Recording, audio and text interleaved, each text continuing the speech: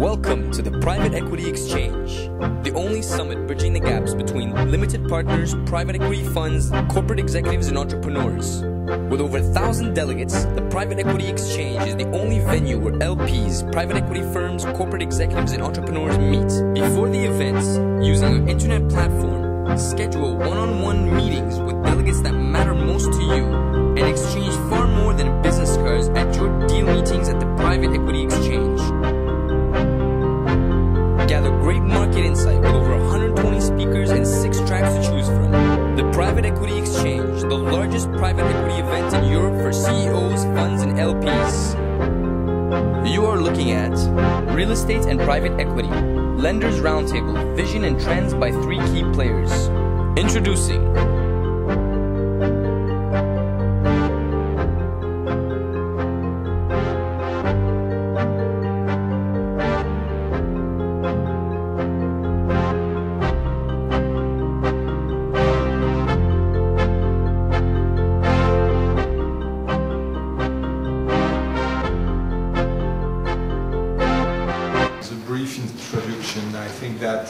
in line with what has been said during the previous panel, we will all agree that all players in the French real estate market have been quite busy over the last decade because clearly the large number of transactions and the huge amount of money which find some way of being invested, as mentioned by the previous speakers, have a clear impact on the debt side, because obviously, even though this amount of money to be invested is huge, that doesn't prevent those investors to leverage at the maximum level their investment, and considerable input and workload for lenders. So we've all been quite busy to closing deal, but also finding some creative and cost-effective solutions, both financing, both technically and legally, from the technical and legal side, with products such as the mezzanine financing, the CMBS type of financing, and so. And this applies in a market which has clearly evolved on the bank side, both in terms of product, because the days where financing real estate were only a matter for notary with quite simple mortgage loans, whereby the covenants and the security package were very limited. Those days are now clearly over, and it's clear also that the days where the only method of financing real estate was actually the non-recourse structured finance, as is used in the LBO market, are now are still a way of financing real estate, but is not the unique solution, because alternative method of financing, which tend to narrow the corporate loan type of financing, have clearly developed over the past years. And this is clearly linked to the evolution of the investors themselves, because everybody will acknowledge and agree that the increasing role played by French REITs is something which required some adaptations from the lenders, because obviously the story and the constraints applicable to the REITs are not the same one as single SPVs, which are incorporated for a given transaction and a given loan. So to elaborate on that, we'll hear the experience of Eric Dumas, CFO of Altarea, which clearly falls in this category, and will tell us about his experience, his recent experience in refinancing the Altarea portfolio. But before that, we'll hear the point of view of two lenders, and I'll let Charles Balch start with his point of view in terms of available financing products. Tesco's, Center Parc, Pierre Vacances, Prairie, and these style of deals are changing and influencing the whole way we look at real estate financing. I work at Hypo Real Estate. I've been there for the last 3 years, and I head up the European origination. This is when I find out whether I can use the technology.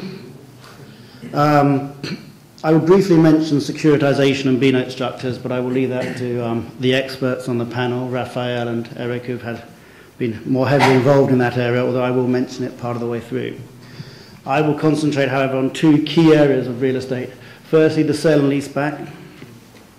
Then the fact that banks have started to look more heavily at cash flows, etc., and acquisition bridge-style facilities. And then how those two have come together in more recent times to look at the LBOs utilizing the underlying real estate.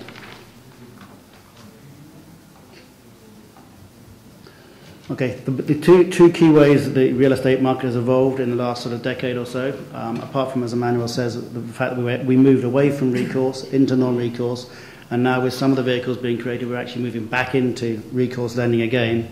But the two key ways have been cash flow. Cash flow has become far more dominant than the standard arrangements where people just looked at loan to value, looked at the bricks and mortars. Equally, another key area of change has been the variety of capital structures which are now put in place. Not just a simple debt equity position, but tranching both of the debt and also the equity positions as it has occurred. Key drivers behind this, frankly, there's just too much money available in the marketplace, be it debt, equity, whatever it is, there is too much money, and people are looking for new areas. Secondly, in terms of the more traditional sale and leaseback, actually people are looking to exploit the value in their real estate and reinvest it back into higher return business. As I mentioned, I do not intend to dwell on the securitization side, but just as a brief synopsis, if we take where we used to be, it was a straightforward senior debt position. We now move gently across to the MERS and then into the more tiered structure, which I know that Eric will come on to in an element of that. For ourselves, we tend to operate in the senior debt. We do a little bit in the CMBS, but we're also very active in the B-note market, and are certainly active with our friends at Morgan Stanley on numerous occasions, both here in France and also in the UK. The traditional sale and leaseback was really created to achieve some what might be called hidden liquidity. It's really sort of taken two forms. You have the people like Tesco's who have really utilized it so they can generate money to reinvest in their core business. And also it's become prevalent in areas such as turnarounds. So that some of the German distressed retail businesses, the guys buying there have then used the assets to raise additional money out of the company in order to back the turnaround story. Going back briefly to securitization, the one thing that things such as Tesco's, etc., have had in their advantages, despite the tenant concentration, which is not normally good for CMBS, the quality of the underlying covenant has still enabled it to exit through the capital markets. From our side, it means that we've had to often underwrite the underlying business of the covenant far more than we used to when we looked at traditional portfolio approach, where we could have 150 tenants and we didn't really need to focus too heavily on each one. For ourselves, it has led to a change in business. When we did the France Telecom deal here, it was very much an on-balance sheet arrangement. More recently, however, we've used the capital markets to exit, whether it be for liquidity purposes, reduce risks, improve IRRs, and equally, as I said before, we've been involved in the B-note business. The other trend has been a move away from the pure traditional mortgage lending, which a lot of the German banks were more famous for. So the example would be the Canary Wharf story. Back in the early 2000s, we put together a 1 billion sterling underwriting for development at Canary Wharf, which at the time was one of the largest available in the marketplace. At the same time, they were starting to lead the way on the securitization side. So with some of their core estate, with the quality of tenants they had there, they were starting to securitize. 2004, we saw the privatization of Canary Wharf by Songbird PLC, a group of investors, once again, strange enough, including Morgan Stanley, but that was the Mesref business. However, as an entity, it's something that still borrows debt secured against the assets, and we were involved with Deutsche Bank in two deals, FC2 and FC4. However, we also took it one step further when we refinanced the acquisition debt. So you had a traditional, what might be seen as a traditional lender such as ourselves, actually providing the refinance at the corporate level for the underlying debt. Slightly easier for us in some ways than more operational businesses because it's still fundamentally a real estate play. Into the LBO side, this is where the two trends have really come together, which is taking the acquisition bridge style facilities and then coupling that with the propco structures and looking at how you can achieve leverage out of that. The one thing I would say is the liquidity has driven, and with the opportunistic returns still being sought, debt is being pushed the whole time to hit IRR positions.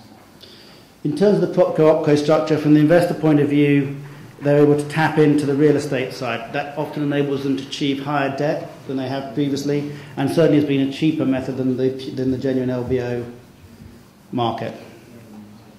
The real key behind it is to try and differentiate the two risks so that you get people comfortable with the operating side and you get people comfortable with the property side. Equally, in terms of the investor's exit, he now has the choice potentially of selling on the operating business or selling on the real estate assets. And a number of the real estate propco assets have been sold on multiple occasions at ever-increasing values. And as one of the earlier panels suggested, maybe Europe is looking at it fairly toppish at the present time. From a lender's perspective, you have two different sides. We have the bridge facility. We have to look at the whitewash. Can we push down onto the assets? And clearly one's looking to try and divorce the OpCo and PropCo structures as far as possible. From the PropCo side, suddenly the lender's having to look at can the business going forward actually afford the sort of rents which they're signing up to. That becomes a critical facet from our point of view. So if we look at a sort of typical style position, very simply the equity sponsor, the normal first stage will be a bridge loan for the LBO with equity in there as well, acquiring the shares in the target. Following the sort of whitewash procedures or push down into the assets, you will end up with this sort of structure. You have the OpCo bank debt, which is very much focused on the operating assets. People are looking at EBITDA multiples, what can actually happen in the business, how do we underwrite the business plan, and it's very much more a working capital style facility. On the PropCo side, you're looking at assets which have in place a lease. Now, the real issue for the banks on this occasion comes back slightly to EBITDA, which is affordability of that rental income. Is this a business that can actually sustain the rental income that they're signing up to? Finally, on this, we will see an exit through the CMBS B-note sort of basis. Ideally, within the PropCo bank debt, we will try, if we can, to get some sort of covenants in on the operating company so that we don't suddenly see that getting over-leveraged against that business, so that we once again can ensure that we have sustainability of income. Moving on, then we would look at the key risks. We might look at ability to sponsor. A lot of sponsors in this actually will also take on operational parties. So I know that in the previous panel they mentioned Planton, they also mentioned Rinascente. Reef have therefore used a specialised retailer to come into that. One of the key issues from our point of view, particularly in the healthcare sector, is how many direct comparables are there out there on the property assets.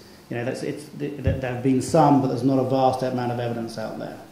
Coming back to the point, we look at the EBITDA ratios, liquidity ratios, all the traditional style positions. Is this are we backing a management story which is a success already, such as the Priory deal, which was highly successful, or are we looking at a turnaround position? What experience do people have in that business? Sensitise the business plan. How badly wrong can it go before the proverbial might hit the fan? One of the big issues comes back to single tenant risk. This is something that means we have to get far closer to understanding where the tenants are. What is that tenant business doing?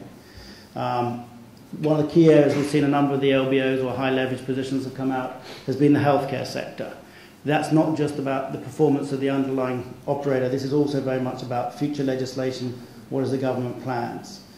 Clearly, property risk becomes an issue. If you're lending against a hospital, it has a relatively low sort of alternative use value. What issues are you going to have around that? VPV can almost become irrelevant in that situation. Coming back to the fact, we spend an awful lot of time when we are looking at the healthcare sector trying to understand the various sort of trends within the healthcare and government position on that. That's why we'll tend to use it. We only really work on these where we have people on the ground and we can really get tapped into the local markets. And finally, just a slightly specialised one is, can you actually get any sort of transferability of this? With some of these more specialised assets, your reality, as I said, is the VPV isn't there. Can another operator come into it?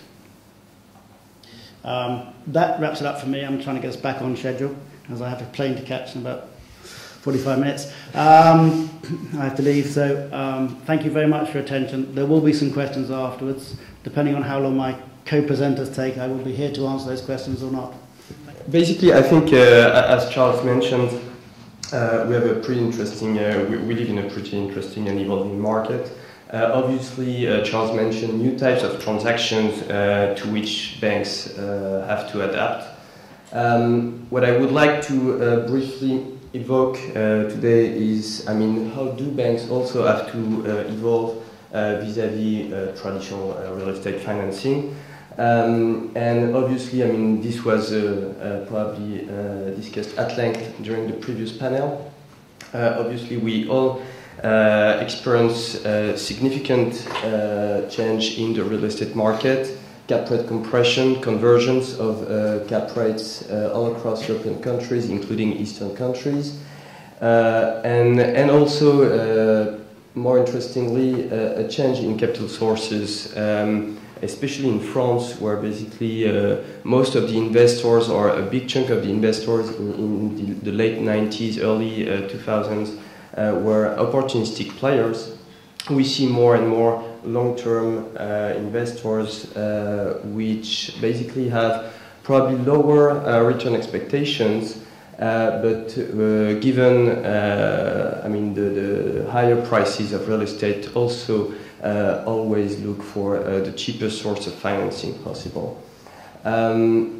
So clearly, in this respect, we have experienced in Europe a tremendous increase in the securitization financing volumes, which I will dwell a bit later on. But we have also experienced the emergence of a new type of financing, which is a mix of CMBS product and more traditional, syndicated type of deals, as Charles mentioned, the typical AB note structure, which basically enables borrowers to achieve the best arbitrage between debt capital markets and the syndication market. And I will briefly mention, but I guess Eric will probably dwell much more than I do, and he's much more knowledgeable than I am on that from a borrower's perspective. But the recent emergence, thanks to this increasing number of long-term players, with the emergence of REITs legislation all over Europe, that have different kind of constraints to which banks have to adapt. But going back to,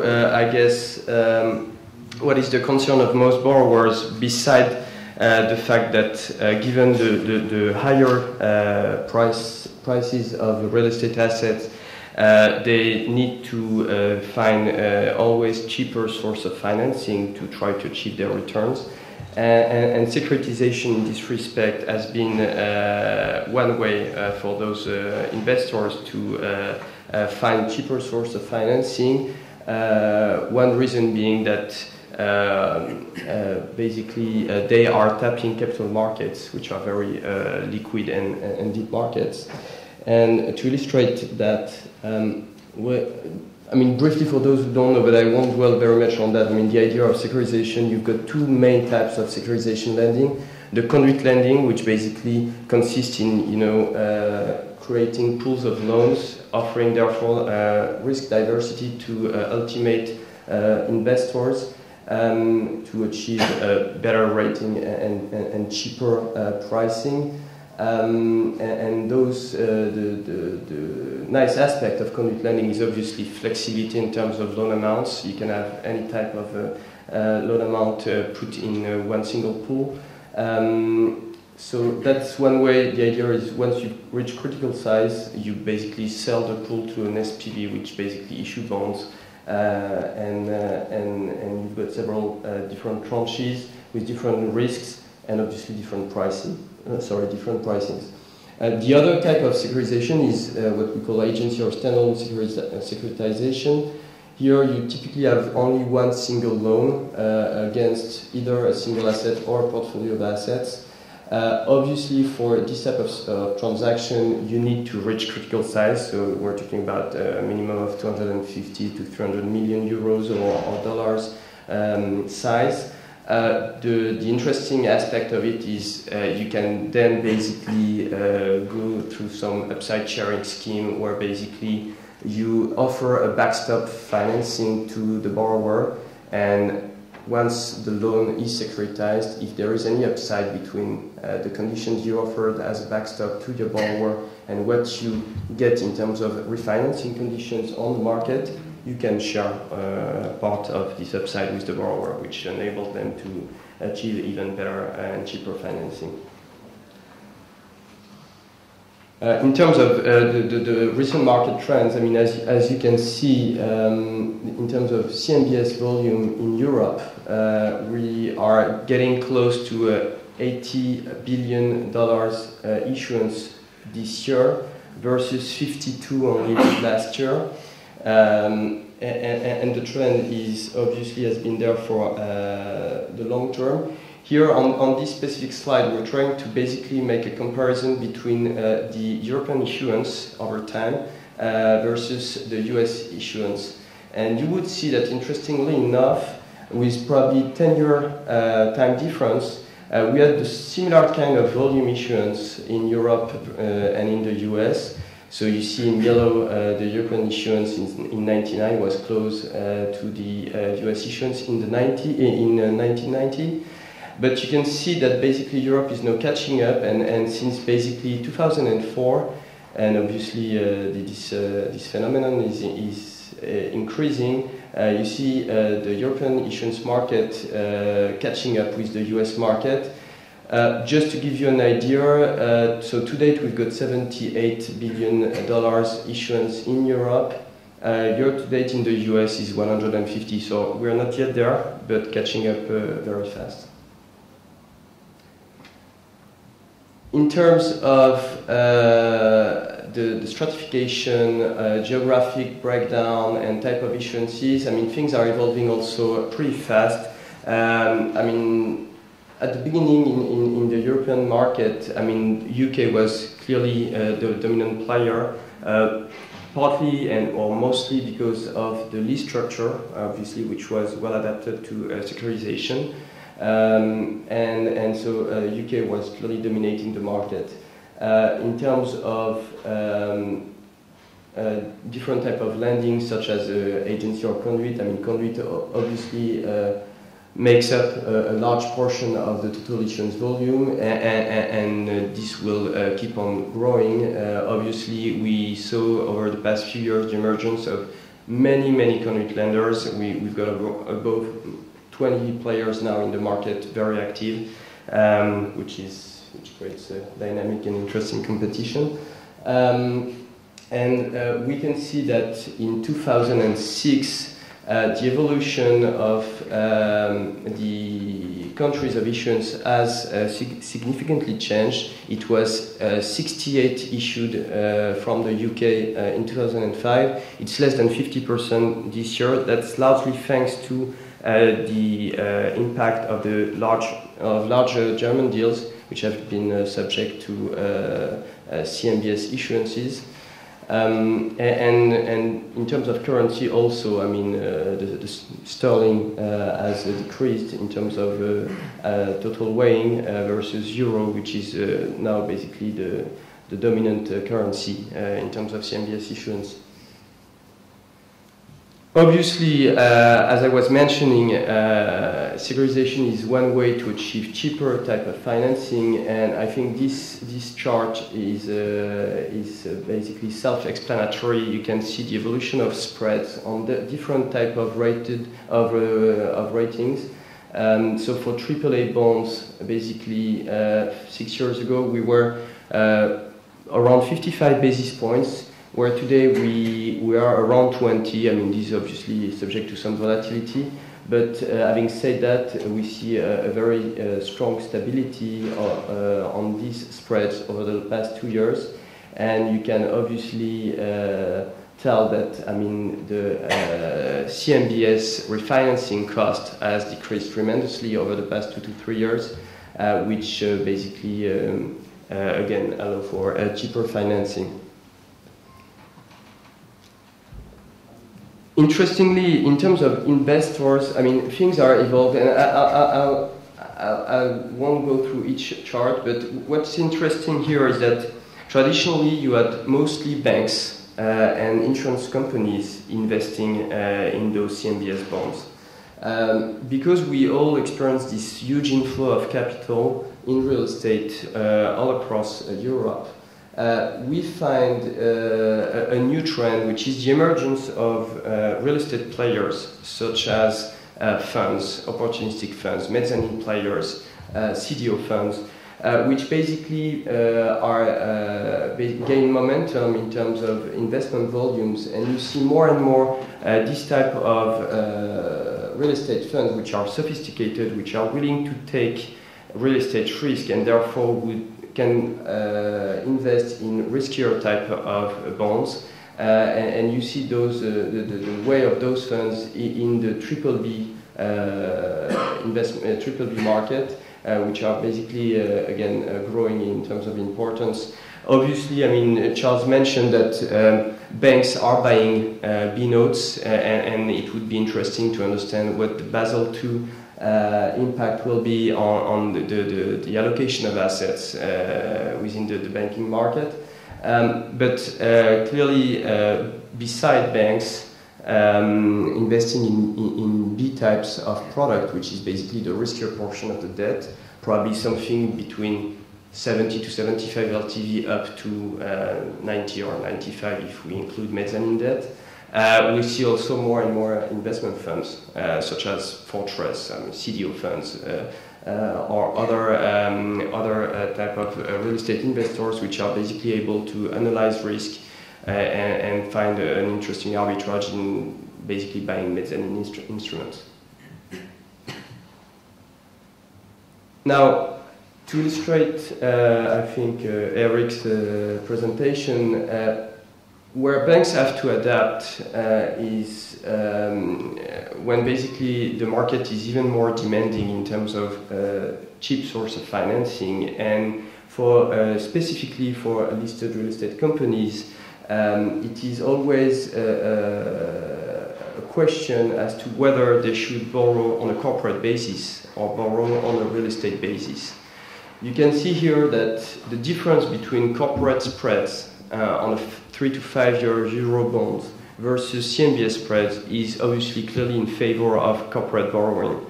Having said that, when you look at, I would say, the typical kind of rating listed real estate companies enjoy in France, which is more in the BBB to single A range, we're getting to a kind of pricing. So if I look at the BBB, where you've got a 42 basis point spread on corporate bonds, thanks to mortgage financing, you manage to create bonds in the CMBS market, which are AAA, AA, and single A, and which basically on a weighted average basis enables you to get close, if not below, the cost of financing corporate companies would be able to find on the bond market.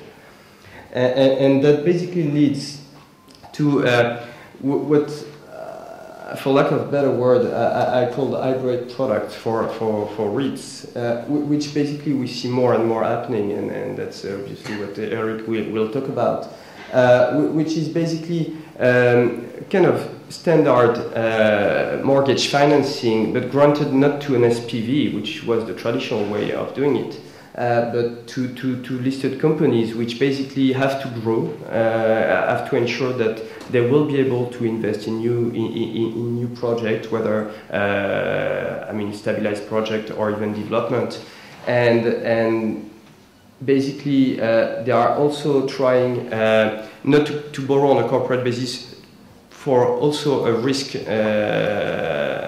for basically to mitigate some risk, and especially not to have all their borrowings against all their assets. I mean, the intention in this respect is to segregate risk as you would do with an SPV type of financing. And so recent financing we've managed to put in place. One illustration we came across is the financing of the Canam assets for Mine de la Lucette, which is another French REIT, is basically a way to grant financing with potentially higher LTVs than you would typically achieve on a corporate basis, while still, having some sort of non-recourse provision to the borrower. And I guess Emmanuel will be able to explain how we can achieve these kind of non-recourse provisions. And basically by doing that, you, on the one hand, enable the bank to benefit from the traditional security package, including the first-ranking mortgage, which will subsequently enable banks to either refinance themselves via the CMBS market or via the syndication market at a pretty cheap financing cost. While obviously giving the flexibility to the borrower to basically manage its development growth. And that's basically something which we look favorably, and despite the fact that so far, as far as I can tell, there has not been any French securitization in this respect. We had a very constructive and interesting discussion with rating agencies as to how they would look from a securitization perspective at the risk of this kind of lendings, where basically the main difference between this type of financing and the traditional one is the risk of bankruptcy of the borrower. And interestingly enough, rating agencies, which are much more sophisticated and also adapt to the market evolution, do look at this type of financing in a pretty favorable way, considering that basically the only additional risk you would add versus non-recourse type of mortgage financing is timing of enforcement, the risk of default arising at a timing which is not necessarily the most favorable one. Different ways to mitigate that risk, the main one being basically liquidity facilities in securitized transaction. So basically, I think the securitization market will still be able to adapt to this new type of financing, which again, Eric, I guess, will explain in more details. Just a few words about Altarea. Altarea is a retail-focused company, mainly active in Southern Europe currently, in Italy, Spain. We look also on Greece, and we are one of the very few French SIC investing into Spanish assets, and we are very proud of it. And our business model is the development of new projects for our own account. That is to say that we find a piece of land, we get the authorization, we find the tenants, we sign lease contracts, etc., etc. So it's a very long and demanding process, but usually the net yield of our investment on this kind of project turns around 9 to 10%, which is everybody's wish currently, in current market conditions. So Altarea, compared to our equity-sized the size of our development pipeline of 1.2 billion used to be very important until we were listed in 2004. And since we have managed to acquire almost €500 million of assets of shopping centers in France within the last 12 months, some 40% of them being paid in shares. Just keep in mind that the total amount of transaction of shopping centers in France last year amounted to €1 billion. It's a very small market, and we captured almost half of it. But Altarea is also an entrepreneur story, as the main founder still owns 55% of the company. And the dynamic use of leverage is fully part of our success, as we managed to retain the value within the company over time. And recently we closed with Exis a €1 billion credit facility, and this is a textbook example of what we had done over the last 10 years. Before that closing, we used to be financed very on a project-by-project approach. Okay, so Altarea Group has different SPVs. Each project is owned by SPV. So very classically, it's not very difficult to find the financing for a fully authorized, fully led project. But at that time, the most difficult part of the job was to find the first 15 at initiation, but it is a totally different story. So we used to be financed by the bottom, and after 1 or 2 years of construction, on the basis for loan to cost, and after 1 or 2 years of operating, the projects become a stabilized asset, which correspond approximately to one lease period. So, as you can see, there is room 2 years or 3 years after the opening for refinancing, and on this time on a loan to value basis, and that was our usual way to raise further financing for further project, for further development. So it's the reason why Altarea managed to retain the strong value creation within the company instead of selling the assets in order to get the cash back. So this system was perfect, but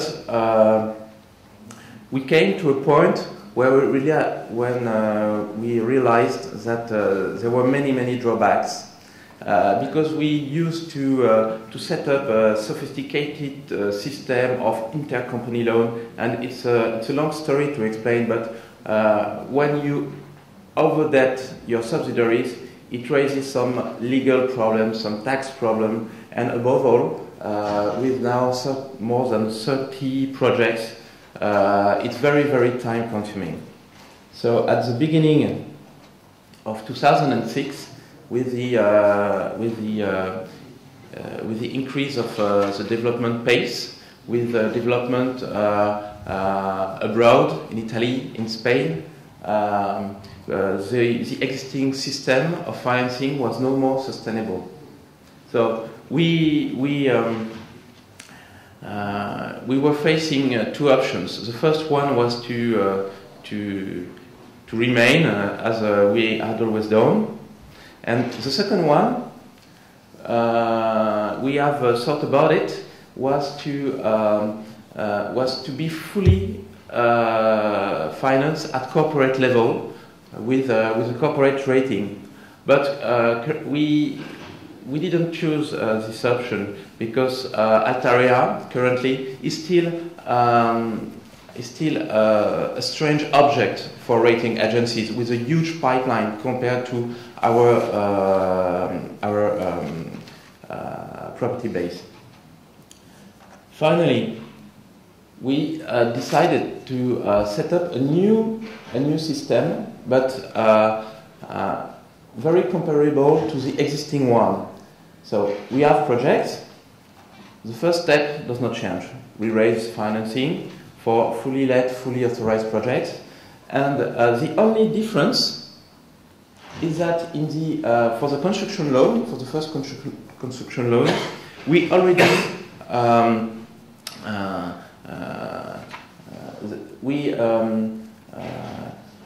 have set up an exit 2 years after the opening of the project, and the legal documentation states an exit into the CMBS market, and it is already written in the documentation. And the second innovation is that we have defined the concept of corporate borrowing base directly linked to the value creation of the subsidiary beneath, and which avoid the refinancing on an asset-by-asset basis. And the amount of corporate loan is directly linked to the value created in the subsidiaries. So the whole system works exactly as it used to work, but we have only put in place more sophisticated legal and financing tools. So practically speaking, we made 4 banks pitch, and everybody won because all the banks pitching took a share in the corporate level. But one bank won a little more than the others, and it was Xis, which was, and with Xis we made different closing. First, we closed the construction loan for 5 projects, which was the first wave of projects that we had to close this year. We have still 25 projects remaining. Then we refinance 9 projects using the securitization tool, and with a loan to value of only 44%, which at that time was corresponding to the amount of debt already in the SPVs refinance. And finally, we set up a pool at corporate level, including mostly the bank that had pitched for us for the whole package. But it is also interesting because we managed to integrate into the pool some Spanish or Italian banks, and for us it was very important because those banks have business network, and for our international development it is also interesting for us to set up this pool. In terms of, and in the coming months, in the coming years, practically speaking, each 6 months we come back to the pool, and with a very sophisticated system of ratio, we set up another amount at corporate level, which avoid the cost of financing, of refinancing the subsidiaries. And the whole system is cost efficient, as mortgage costs are paid once for all, and mortgage costs are already included in the investment budget of each project. And finally, in terms of pricing, no surprise, the corporate, the construction debt is the most risky, so it's the most expensive, and the securitization is less expensive. And for us, we consider this whole package of €1 billion as a whole, and the pricing for Altarea is optimized at a global level. You will all understand that it's clearly impossible within 10 minutes to detail on all the legal implications of what has been said there, because basically the message we got was that financing real estate today comes to a very wide variety of situations, and Raphaël rightfully mentioned the concept of hybrid products, and for on the legal side, that means that we also end up with what we could call hybrid documentation, because basically when you're faced with those type of new financing, the example given by Eric or other ones, I mean, you will have all noticed that in Eric's example, some SPVs were in place, which mean that as far as each mortgage loan are concerned, you can still, as a lender, reason under a SPV concept, even though you have some kind of recourse against Altarea. But you have also situations with other French rates which do not organize their group and investments with the use of such SPVs. And clearly with those hybrid situations, there is a real input and time to be spent on both sides, both lenders and borrowers, to precisely define the level of control the lender will get and the level of flexibility the borrower will ask for. This applies, of course, for the covenant package, where typically, and as mentioned by Charles, borrowers like French rates have a story to build vis-à-vis the market, have some investments to make, further investment, not the one which are necessarily the purpose of the financing, which means that all the type of covenants that you classically find in a classical non-recourse loan, whereby basically the borrower is preventing from doing anything but renting and operating the property, just doesn't apply here, and you have to find the good meeting point between the two contradictory interests, not to say conflicting, because obviously this is not a conflict issue, but you have to find creative solution to offer the borrower such flexibility, as the case may be, by defining some type of guidelines in terms of investment, and this is always a case-by-case story, whereby everybody has to clearly understand what the constraints are. This applies also typically to the traditional question of account structure and control by the lender over the cash flow. We're used to see specifically in some financing aimed at being securitized, some quite complicated account structure, whereby, or quite simple actually, whereby at the end of the day the idea for the lender is just to get the end over the cash by way of some gage espèce and some accounts opened in the name of the lender. And typically this type of account structure is not necessarily the one which is retaining this hybrid financing, and there is thoughts